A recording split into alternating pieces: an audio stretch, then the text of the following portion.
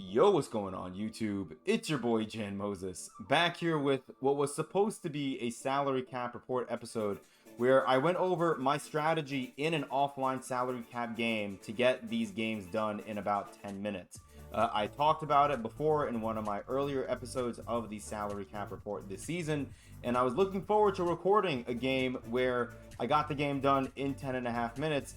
And when I completed the game and I listened back to my recording, I noticed that I couldn't really hear myself. And that's because my microphone, which you can see right here, was not remotely close to me. I'm recording this video on Tuesday, September 9th. This video should be going out either on Wednesday or Thursday.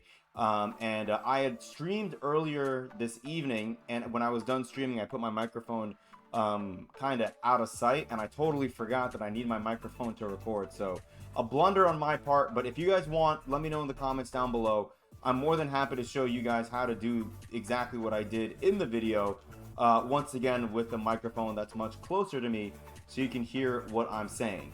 But we're still going to make a video because I wanted to open up a few packs that I have saved up from grinding out the game today on stream and from grinding out the wild gem agendas. I think I said earlier I was not going to show these packs, but I figured why not, because some of these players may actually be useful for salary cap. And the episode of the salary cap report that dropped on Tuesday, I believe, was titled, "Are the agendas that we get on Tuesdays helpful for salary cap?" I'm paraphrasing, obviously, but I do think that is the case. You know, you could get some players here from these wild gem packs that could be incredibly helpful potentially. So we're going to go through these. We have a bunch of packs to go through. We got this game on base pack from salary cap for hitting, I think, 180 points or 150 points. We get a gold out of it. Lexi held, sure, why not? Let's go through some of these packs. We have these 3 auctionable gems of the game packs. We're going to go through these as well.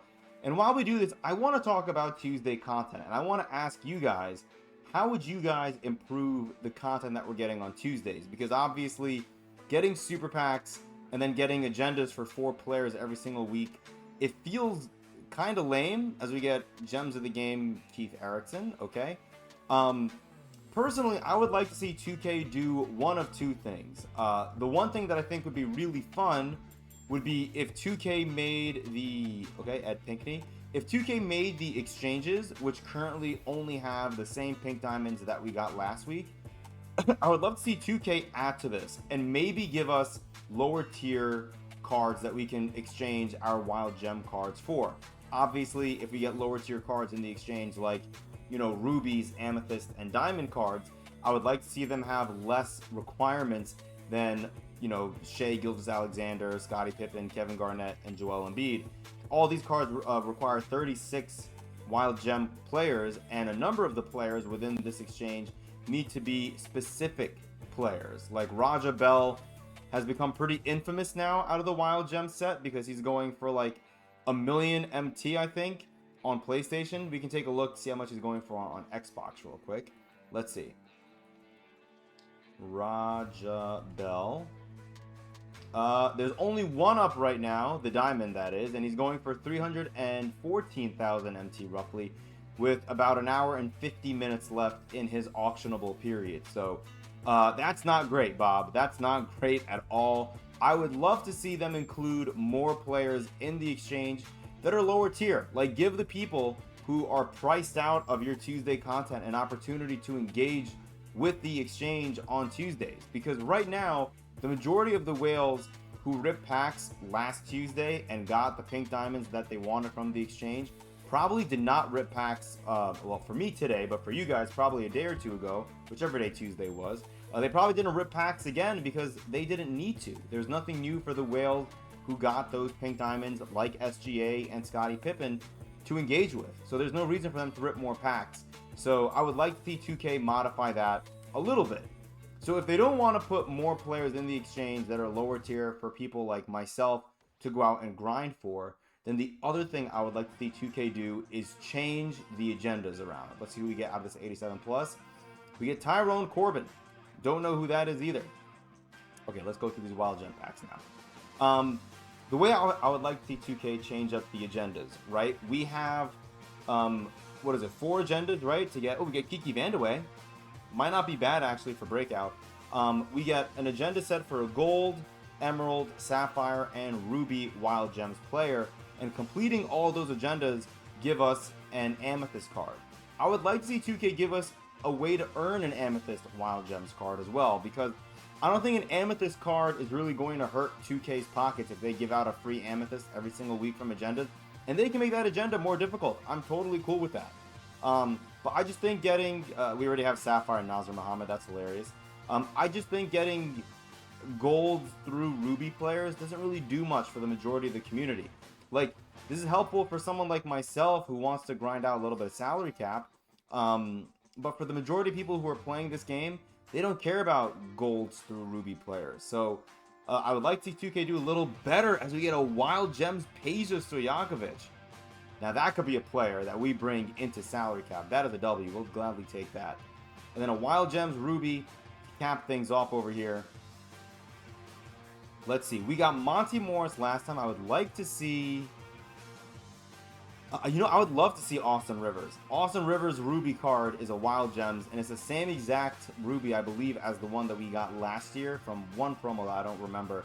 But that Austin Rivers card, him and Ruby Mario Chalmers, were two of my favorite Ruby point guards to run in my team all year in 2K25. Let's flip it and see who we get.